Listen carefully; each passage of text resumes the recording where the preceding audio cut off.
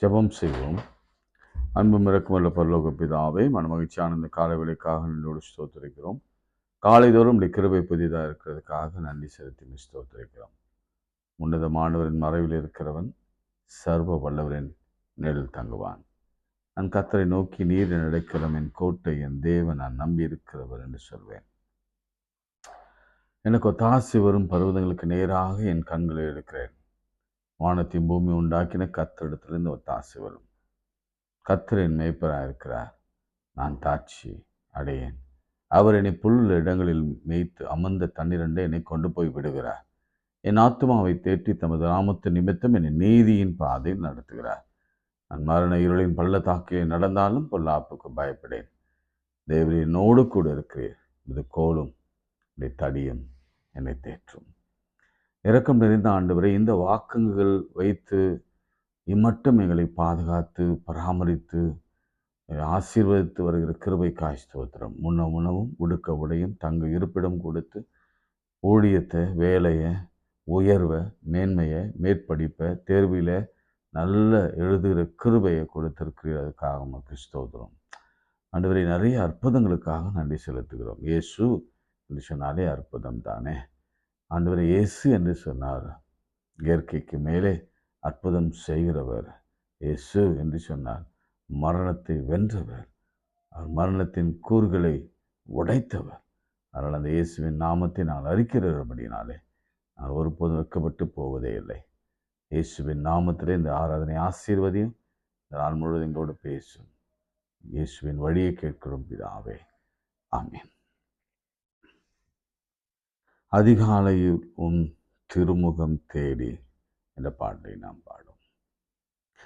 அதிகாலையில் உம் திருமுகம் தேடி அர்ப்பணித்தேன் என்னையே. ஆராதனை துதி ஸ்தோத்திரங்கள் அப்பனே உமக்கு தந்தேன்.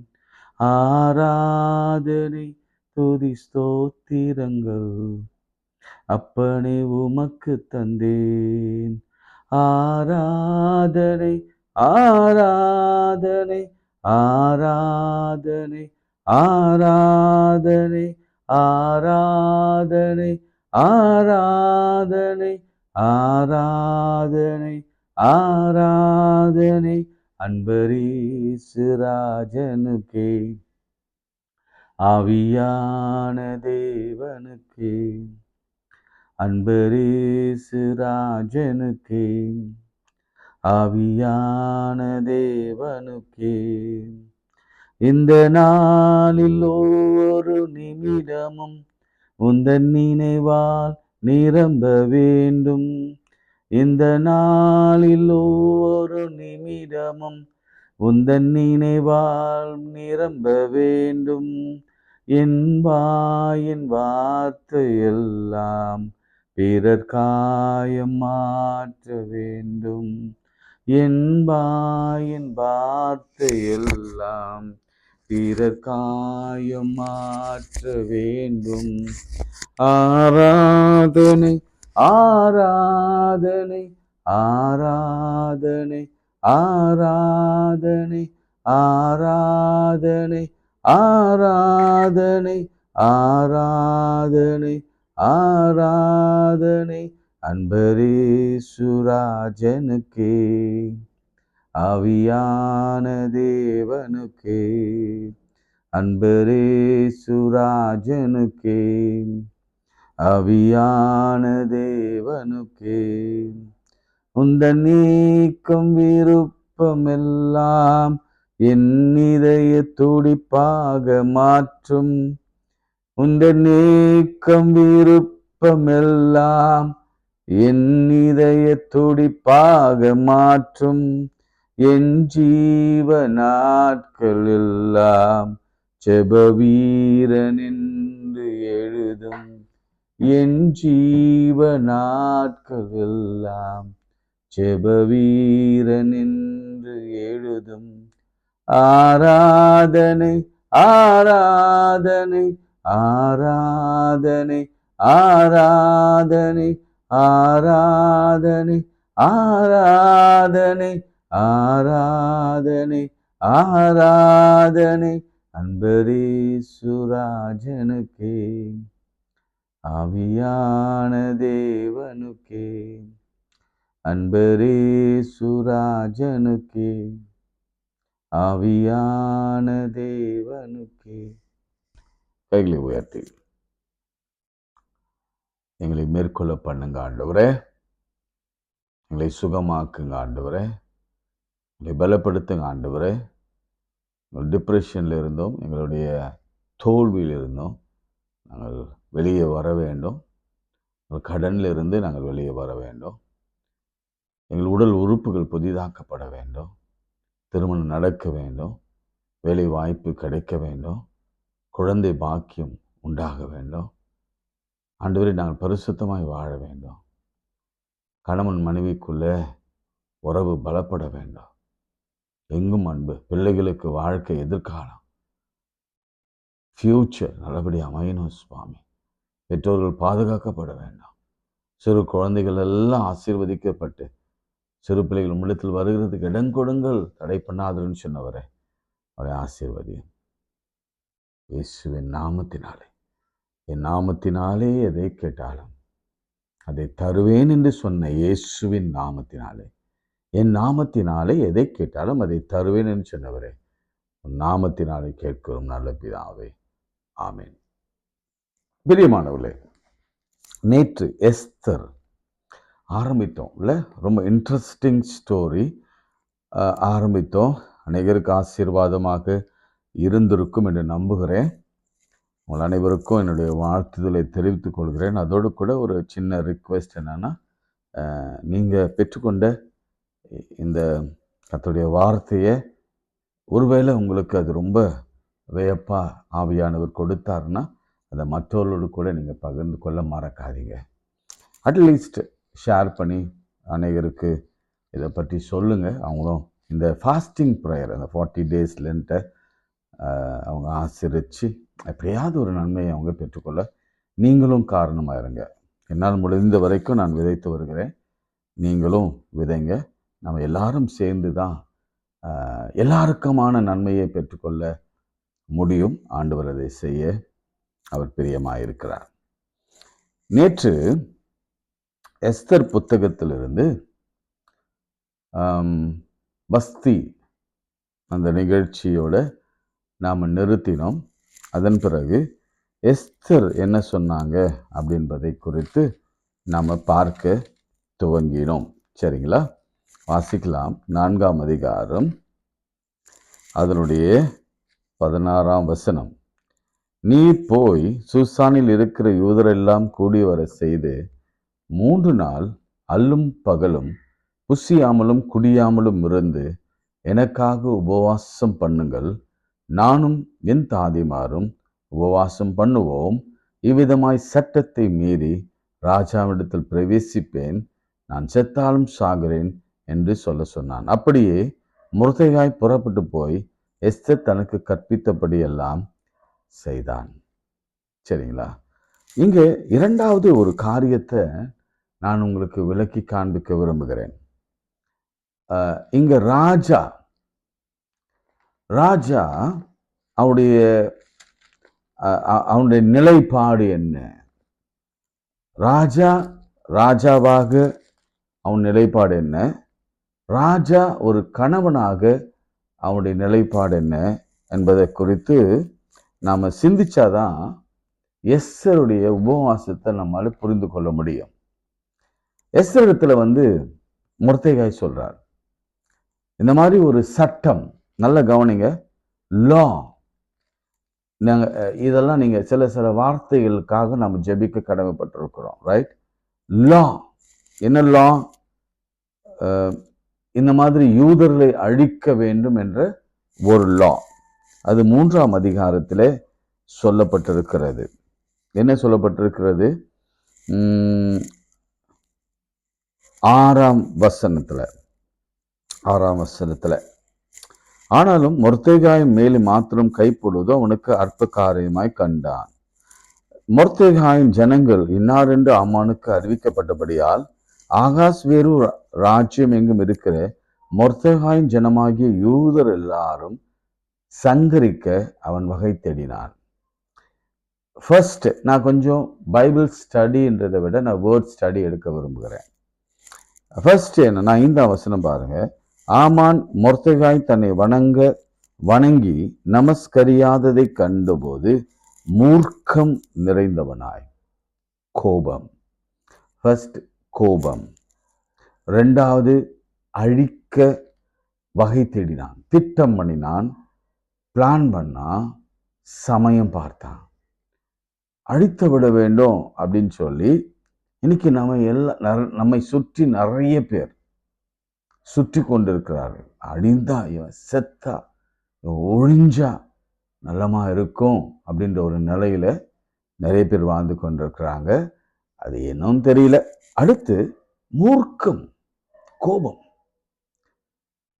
இது ஒரு சிம்பிள் மேட்டர். ஆக்சுவலி அவன் வரும்பொழுது அவனுக்கு வணக்கம் செய்யல, அவ்வளவுதான். அவனும் சாதாரண இவனை மாதிரி மொர்தெகாய் மாதிரி தான். ஆனாலும் கொஞ்சம் கேடர்ல அதிகமான ஒரு வேலையில இருக்கிறான். சக ஊழியர்கள் அல்லது கொலீக்ஸ் மத்தியில் இருக்கிற அந்த என்ன சொல்லுவீங்க, பொறாமை, அந்த ஏற்றம் இறக்கம், அது காரணமா மூர்க்கம் கொண்டான், கோபம். இன்னைக்கு நிறைய குடும்பங்கள் அழிவதற்கான காரணம் இந்த மூர்க்கம், மூர்க்க குணம். நிறைய ஆண்கள் மூர்க்க குணத்துடைய, நிறைய பெண்கள் மூர்க்க குணமா, நம்ம பிள்ளைகள் மூர்க்க குணமா பிசாசு அப்படி மாற்றி வைத்திருக்கிறான். எதுக்கு எடுத்தாலும் கோபம். கோபம் முடிந்த பிறகு அவங்க என்ன யோசித்து பார்த்தாங்கன்னா, ஐயோ ஏன் அப்படி கோபப்பட்டோம் அப்படின்னு தெரியாத அளவுக்கு மூர்க்க வெறி, மூர்க்க கோபம். இன்னைக்கு உங்க வீட்டில், எங்க குடும்பத்தில் அப்படிப்பட்டவங்க இருப்பாங்கன்னா நாம் என்ன செய்யணும்? எஸ்தர் மாதிரி அல்லது மொர்தெகாய் அவனுடைய இனம் செய்த மாதிரி. அடுத்து பாருங்க என்ன செய்யணும்? உபவாசிக்கணும். அடுத்து பாருங்க 9ஆம் வசனம். அவன் அவர்களை அழிக்க வேண்டும் என்று என்ன செய்கிறானா, எழுதி அனுப்ப வேண்டியது. அப்பொழுது நான் ராஜாவின் கஜாவனில் கொண்டு வந்து செலுத்தின 10,000 தாலந்து வெள்ளியை எண்ணி காரியக்காரர் கையிலே கொடுப்பேன் என்றான். ராஜாவுக்கு சம்மதியானால் அவர்களை அழிக்க வேண்டும் என்று எழுத அனுப்ப வேண்டியது. அப்போது நான் ராஜாவின் கஜானாவிலே கொண்டு வந்து செலுத்த 10,000 தாலந்து. அதாவது பாருங்க, இங்க இது கவனிச்சு பார்த்தீங்கன்னா உங்களுக்கு தெரியும். அடிப்பதற்கு பணம் பேசுகிறான். பணம் கொடுத்து காலி பண்றாங்கல்ல, பணம் கொடுத்து சில பேரை விலைக்கு வாங்கணும்னு நினைக்கிறாங்க. பணம் கொடுத்து சில பேருடைய வாழ்க்கையோட விளையாடுறாங்க. பிரைப் பண்ணி கஜாமனில் பிரைப் பண்ற ஒரு காரியம். அது ஒரு வேளை நம்ம காலங்களில் நடக்கலாம். அடுத்து பாருங்களேன், 5ஆம் வசனத்துல, ஆதார் மாதமான 12ஆம் மாதம் 13ஆம் தேதி ஆகிய ஒரு நாளில் சிறியோர் பெரியோர் குழந்தைகள் ஸ்திரீகள் ஆகிய சகல யூதரும் அழித்து கொன்று நிர்மூலமாக்குகிற ஒரு நிலைமை. நிறைய பேர் அதை பார்க்கலாம். அவன் குடும்பம் நிர்மூலமாகணும், அந்த குடும்பத்தை எப்படியாவது அழிக்காம விடக்கூடாது. அவனை பற்றி இல்லாது பொல்லாதெல்லாம் சொல்லி, அவனை பற்றி கோல் சொல்லி, மொட்டை கடிதாசி போட்டு அவனை எப்படியாவது நிர்மூலமாக்கணும் என்கிற ஒரு நிலைமை. அவர்களை கொள்ளையிடவும் அஞ்சற்காரர் கைகளிலே ராஜாவின் நாடுகள் எல்லாம் கட்டளை அனுப்பப்பட்டது. இதுதான் சிச்சுவேஷன் என்றால் இதுதான். ஸோ இந்த சமயத்துல தான் எஸ்தர் முன்னாடி அதிகாரத்துல எஸ்தர் இடத்துல மொர்தெகாய் போய் சொல்றாரு, நீ இந்த காலத்துல மௌனமா இருந்தால் ரட்சிப்பு யூதர்களுக்கு வேறு ஒருவர் வழியாக வரும். எஸ்ஸுடைய நிலைமை என்னன்னு பாருங்க. இது யூதருடைய நிலைமை. எஸ் நிலைமை பாருங்க. 17ஆம் வசனத்தை தொடங்கி அப்படி நீங்க வாசித்தீங்கன்னா உங்களுக்கு தெரியும். வஸ்தி ராஜாவாக்குன ஒரு வஸ்தியை தள்ளி எஸ்தரை ராஜாவாக்கினதை நாம் பார்க்கிறோம். அடுத்து அப்படியே வருகிற பொழுது நீங்க 4ஆம் அதிகாரத்தை பாருங்க. ஆரம்பம் எனும் நல்லதா இருந்தது. 4ஆம் அதிகாரத்தை நீங்க வாசித்தீங்கன்னா உங்களுக்கு தெரியும்.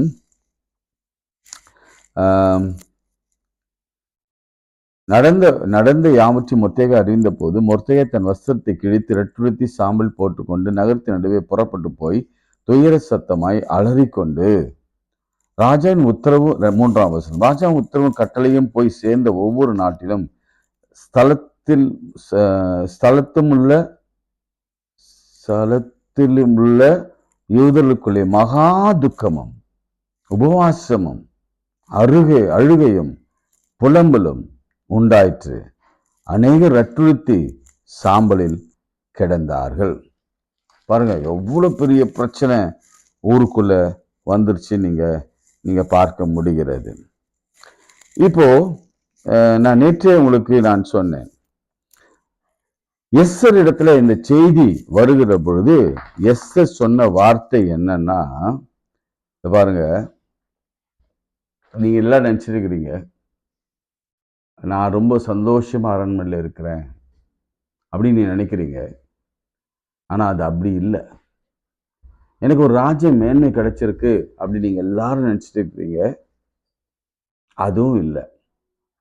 எஸ், ஆண்டவர் எனக்கு கிரீடெல்லாம் கொடுத்து உயர்த்தி வைத்தார். எஸ், அது உண்மைதான். ஆனாலும் நடைமுறை வாழ்க்கையில பார்க்கிற பொழுது எஸ்தர் எப்படி புலம்புறாங்கன்னா, அவங்க சொல்றாங்க, நீங்க நினைக்கிறீங்க என்னை ராஜா பார்த்து 30 நாள் ஆச்சு. எத்தனை நாள் ஆச்சா? 30 days ஆச்சு. ராஜா என்னை சந்திச்சு, அவ்வளவு பெரிய அரண்மனை. அந்த அரண்மனையில ராஜாவும் எஸ்தரும் ஒன்னாவே வாழல. இதுதான் வாழ்க்கை. சிலருடைய குடும்பங்களில் பார்க்கலாம், கணவன் மனைவி அவங்களுடைய வாழ்க்கையை பார்த்தீங்கன்னா எல்லாம் நேசிச்சு தான் கல்யாணம் பண்ணியிருப்பாங்க. அழகுல மயங்கி தான் கல்யாணம் பண்ணியிருப்பாங்க. நீங்க 2ஆம் அதிகாரத்தில் நீங்க அப்படி பார்க்கலாம். அழகுல மயங்கி தான் ராஜா கல்யாணம் பண்ணாரு. ஆனாலும் நேசிச்சாரானா? இல்லவே இல்லை, நேசிக்கவே இல்லை. ஒரே அரண்மனை தான் இருக்கிறாங்க, ஆனா தனித்தனியா இருக்கிறாங்க. இன்னைக்கு ஆவியானவர் சொல்லுகிற காரியம் என்னன்னா, சில வார்த்தைகள் உங்களுக்கு சொன்னேன். மூர்க்கம், கோபம், அழிவு, நிர்மூலமாக்குதல், பிரைவ் பண்ணி அழிக்க முற்படுதல், சட்டம், இதெல்லாத்தையும் நீங்கள் மனதில் வைத்துக்கொள்ளுங்க. இதெல்லாம் யாருக்காவது ஒருத்தருக்கு போய் அது சேரும். ஆண்டவருடைய வார்த்தை போய் சேரும். சாசனம் எழுதப்பட்டு விட்டது. இதெல்லாம் நீங்கள் எழுதி வச்சுக்கோங்க. இன்னைக்கு நான் எஸ்தருடைய நிலைமையை நான் அவங்க முன்னாடி கொண்டு வருகிறேன். நேற்று வஸ்தி அரண்மனை வெற்றி விளக்கப்பட்டால் அதை பற்றி நான் சொன்னேன் உங்களுக்கு. இன்னைக்கு எஸ்தர் அரண்மனையில் தான் இருக்கிறா. ஆனால் அவள் ஒரு அடிமையாக அங்கே 4 சுவற்றுக்குள்ளே அவள் இருக்கிறாள். அவளுக்கு அநேக தாதிமார் இருப்பாங்க, உணவு இருக்கும், உடை இருக்கும், ஆனால் அன்பு இல்லாத ஒரு நிலைமை.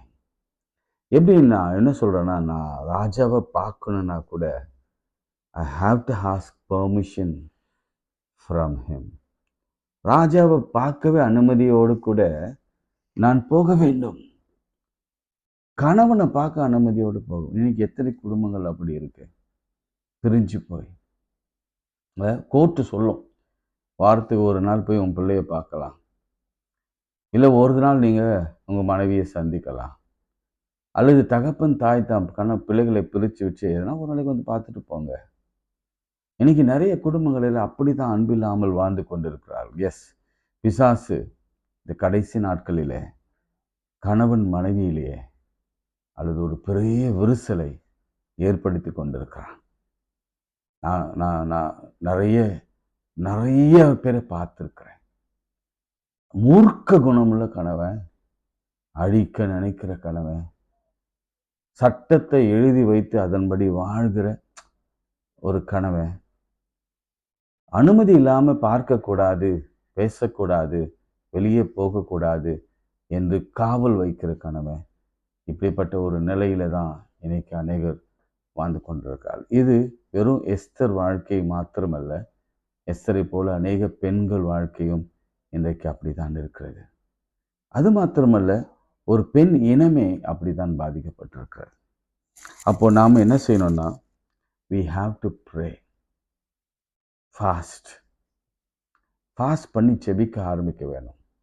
அப்படி ஆரம்பிச்சா என்ன நடக்கும்னா, இதுதான் நடந்தது. நான் நேற்று அதை சொல்லி, இன்னைக்கு அதை சொல்லி நான் அதை நிறைவு செய்ய விரும்புகிறேன். அவ ஜெபம் பண்ணிட்டு, நான் செத்தாலும் சாகிறேன்னு போகிறா. 5ஆம் வசனத்தில் 3ஆம் நாளிலே எஸ்தர் ராஜ வஸ்திரம் தரித்து கொண்டு எஸ்தர் ராஜ வஸ்திரம் தரித்து கொண்டு ராஜா அரண்மனை உள் முற்றத்தில் ராஜா கொலுவிருக்கும் ஸ்தானத்திற்கு எதிராக வந்து நின்றாள். ராஜா அரண்மனை வாசலுக்கு எதிராக கொலு மண்டபத்தில் ராஜஸ்தானத்தில் வீற்றிருந்தான். நல்லா கவனிங்க, ஒரு பிக்சர் மாதிரி கொண்டாந்துருங்க. ராஜா ராஜஸ்திரியாகிய எஸ்தர் முற்றத்தில் நிற்கிறதை கண்டபோது அவனுக்கு அவள் கண்களிலே தயை கிடைத்ததனால் ராஜா தன் கையில் இருக்கிற பொற்செங்கோலை எஸ்தரிடத்தில் நீட்டினான். அப்பொழுது எஸ்தர் கிட்டே வந்து செங்கோல் நுனியை தொட்டாள். ப்ரேயர் பண்ண முடிச்ச உடனே 3rd டேவே, பிரியமானவர்களே, நீங்க எனக்கு எத்தனை நாள் கழிச்சு நடக்கும்? நான் உங்களுக்கு சொன்னேன் 3rd டே ஆன்போர்ட்ஸ் நடக்கும்னு நான் சொன்னேன். எத்தனை பேருக்கு அது நடந்ததுன்னு எனக்கு தெரியாது. ஆனால் சில பேர் we have to wait for another 21 days. அது ஒரு ராணியலை போல. So sometimes we have to wait for another week or so. 15 நாள், அல்லது we have to wait for 30 days. And also we have to wait for other more than 40 days. ஏன்னா எப்படி இருந்தாலும் நான் தானியலுக்கு சொன்ன மாதிரி நீங்க பொருத்தனை பண்ணி ஜெபிக்க ஆரம்பித்த உடனே அன்றைய வார்த்தை நன்மையாய் வெளிப்பட்டது. ஃபர்ஸ்ட் தயை கிடைத்தது, ஃபேவர் ஃப்ரம் ஒரு ராஜாவினிடத்துல, கணவனிடத்துல ஒரு ஃபேவர் கிடைச்சது. இயேசு மனுஷ தயவிலே வளர்ந்தார். மனுஷ தயவை கர்த்தர் உண்டு பண்ணுவார். இன்னைக்கு நான் சொல்றேன், பெரியமானவன் கணவன் உங்களை நேசிக்கலையா, உங்களை வெறுக்கிறானா, அல்லது மனைவி உங்களை வெறுக்கிறாங்களா, அல்லது பிள்ளைகளிடத்துல இந்த அன்பு இல்லையா, ஆதி அன்பு இல்லையா, அல்லது பெற்றோர்களை பிள்ளைகள் உதாசீனப்படுத்தி அன்பில்லாமல் இருக்கிறாங்களா, இப்படி குடும்பத்தில் இந்த உறவுல ஏதாவது ஒரு மிஸ்ட்ரி இருந்துட்டே இருக்கா? இன்னைக்கு இந்த ஃபாஸ்டிங் டேல நான் உங்களுக்கு சொல்ல விரும்புகிற காரியம் என்னன்னா, ஒரு தயவு, அல்லது ஒரு அரக்கனாக இருக்கிறவன் கூட மனமாறுகிற ஒரு கர்த்தருடைய தயவு இறங்கி வரும். ஃபர்ஸ்ட் அதுதான். 2வது விஷயம், ராஜாவை நோக்கி எஸ்தர் ராஜாத்தியே உனக்கு என்ன வேண்டும்? என்ன அழகா ஒரு வார்த்தை வருது பாருங்க. இன்னைக்கு ஆண்டவர் உங்களை என்னையும் பார்த்து சொல்லுகிறார். ராஜாவே கேட்கிறார், வாட் யூ வாண்ட்? இன்னைக்கு உங்களை என்னையும் பார்த்து கேட்கிறார், உங்களுக்கு என்ன வேணும், உனக்கு என்ன வேணும்? நீங்க பைபிள்ல உனக்கு என்ன வேணும் என்ற வார்த்தை யாரிடத்தில் சொல்லப்பட்டது? கர்த்தர் யாரிடத்தில் கேட்டார்? இயேசு யாரிடத்தில் கேட்டார் என்பதெல்லாம் குறித்து நீங்க ஒரு சின்ன அசைன்மெண்ட் மாதிரி எனக்கு எழுதி அனுப்புங்க. உனக்கு என்ன வேணும்? ஃபார் எக்ஸாம்பிள், சாலமோன் இடத்துல உனக்கு என்ன வேணும்? ஸோ அந்த மாதிரி நான் உங்களுக்கு சொல்றேன். அப்போது எஸ்தர் ராஜாவுக்கு சித்தமானால், சொல்றா 4ஆம் வசனம், ராஜாவுக்கு சித்தமானால் நான் தமக்கு செய்வித்த விருந்துக்கு ராஜாவும் ஆமானும் இன்றைக்கு வர வேண்டும் என்றார். இப்போது ராஜா எஸ்தர் சொற்படியே அம்மானை தீவிரித்து வரும்படி சொல்லி எஸ்தர் செய்த விருந்துக்கு ராஜாவும் ஆமானும் வந்தார். தீவிரித்து வர சொன்னான். கமான் சீக்கிரம் வைப்பா. 2வது விஷயம் என்னன்னா, உன் வீட்டுக்கே 30 நாள் வராதவன், 3 வருஷம் வராதவன், அல்லது உன் கிட்டையே உன்னை நேசிக்காதவன், அவன் பாருங்க ஜெபத்துக்கு பிறகு அவளை தேடி போகிற நிலைமைய கர்த்தர் உண்டு பண்ணினார். அல்லேலூயா. இன்னைக்கு நீங்க ராஜா எஸ்தர்லாம் விட்டுருங்க. உங்களை உதாசீனப்படுத்தினவங்க, உங்களை ஒதுக்கி வைத்தவங்க உங்களை தேடி வர வைக்க என் ஆண்டவர் போதுமானவராக இருக்கிறார். எஸ் எஸ் உங்களை தேடி வருவாங்க. உங்களுக்கு தேடி நன்மை வரும். உங்களுக்கு தேடி ஆசீர்வாதம் வரும். யாரெல்லாம் உங்க நன்மையை தடுத்து நிறுத்தினாங்களோ, ஆசீர்வாதத்தை தடுத்து நிறுத்தினாங்களோ, அவங்க வழியாகவே உங்களுக்கு நன்மையும் ஆசீர்வாதமும் சந்தோஷமும் மகிழ்ச்சியும் வரும். நிச்சயம் வரும். நீங்க யோசிச்சு பாருங்க, இந்த சீனை எவ்வளோ அழகான ஒரு சீன் பாருங்க. அவ்வளவு கௌரவம் மிக்க அல்லது என்ன செய்ய ஆணவம் மிக்க ஒரு ராஜா ஒரு சாதாரண ஒரு எஸ்ஸர் கேட்ட உடனே வரேன்ட்டாரு. இல்லை, எனக்கு ரொம்ப ஆச்சரியமாப்பட்டது. வராமல் கூட இருந்திருக்கலாம். ஆனால் அவன் வந்தார். வந்தவுடனே அதுக்கு முன்னாடி வசனத்தை நம்ம வாசிக்க மறந்துட்டோம்ல. என்ன கேட்கிற மன்றாட்டு என்னென்றா, ராஜ்யத்தில் பாதி மட்டும் வேணும்னா உனக்கு தரேன்னு சொல்றாரு. என்ன சொல்றாரா? உனக்கு என்ன வேணுங்க? ராஜ்யத்தில் பாதி வேணாலும் தரேன். அவர் எஸ்தர் சொல்றார், இல்லை அதெல்லாம் ஒண்ணு வேணாம், நான் ஏற்பாடு பண்ணுகிற விருந்துக்கு நீங்களும் ஆமன்னு வந்தாலே போதும். 2 பேரும் தீவிரத்து வருகிறார். அதன் பிறகு நடந்த சம்பவங்கள் உங்களுக்கு தெரியும். அந்த ஸ்டோரிக்குள்ளே நாம் போகிறதுக்கு நமக்கு நேரம் இல்லாமல் இருந்தாலும் இந்த 2 விஷயத்தை உங்களுக்கு நான் சொல்ல விரும்புகிறேன். ஒரு சட்டம் இயற்றப்பட்டிருக்கிறது. அது என்ன சட்டம்னா, பெண்கள் நிமிரக்கூடாது, பெண்கள் சுயமாய் செயல்படக்கூடாது, பெண்கள் கணவனை அனுமதி இல்லாமல் அவளை பார்க்கவோ அவளிடத்தில் வரவோ கூடாது.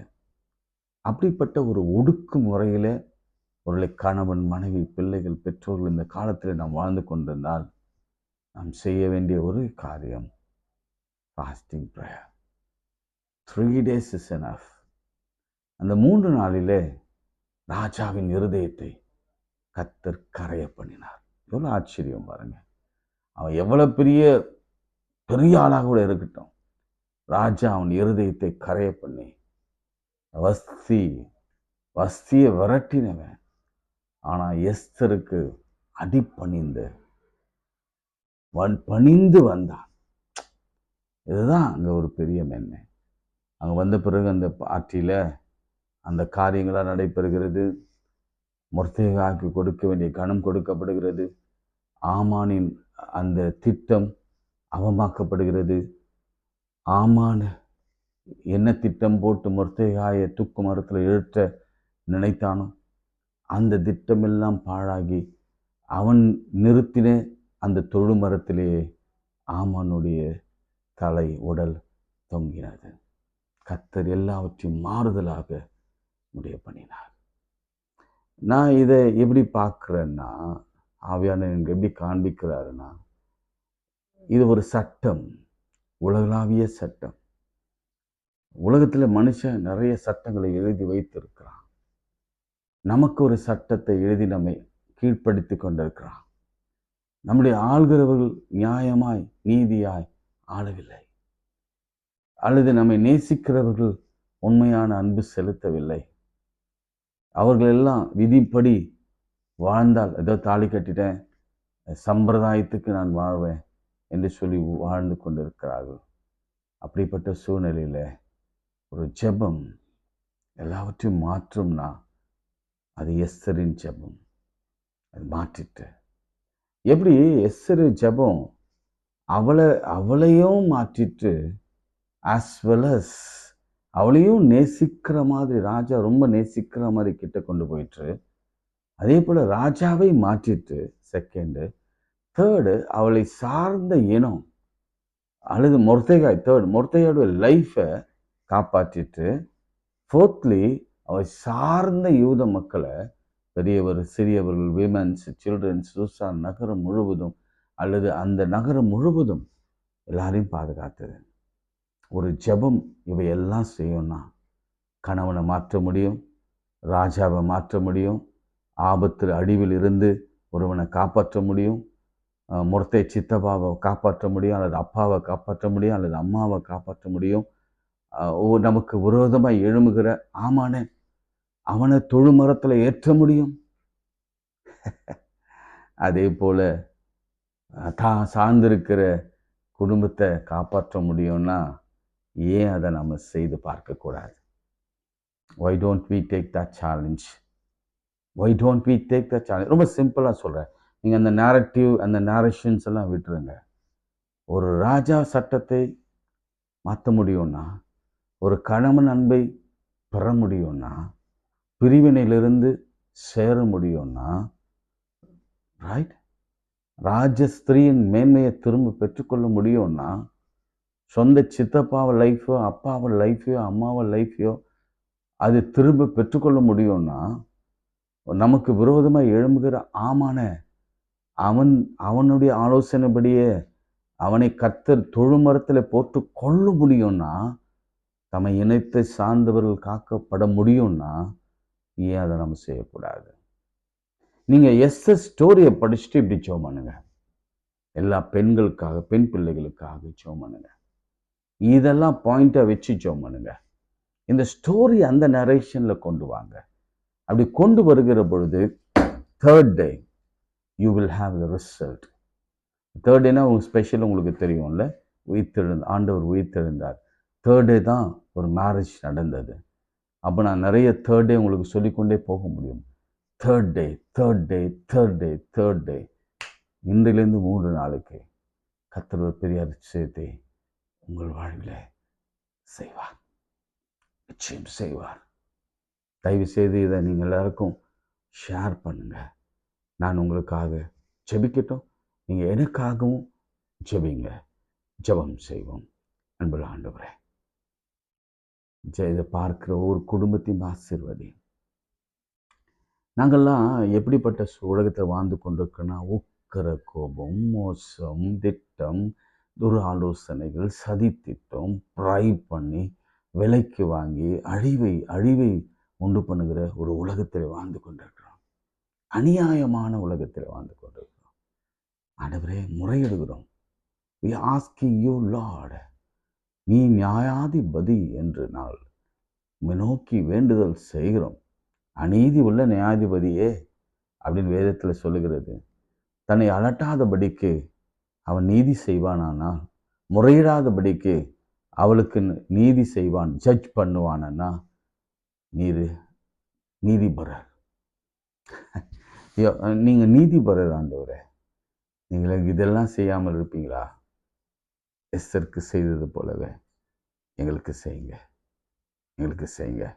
நான் சொன்ன அந்த 5 பாயிண்டில் ஒரு மிராக்களை நாங்கள் பார்க்கணும். அதுக்காக காத்திருக்கிறோம். எங்களுக்கு விரோதமாக எவ்வளோ பேர் நிற்கிறாங்க.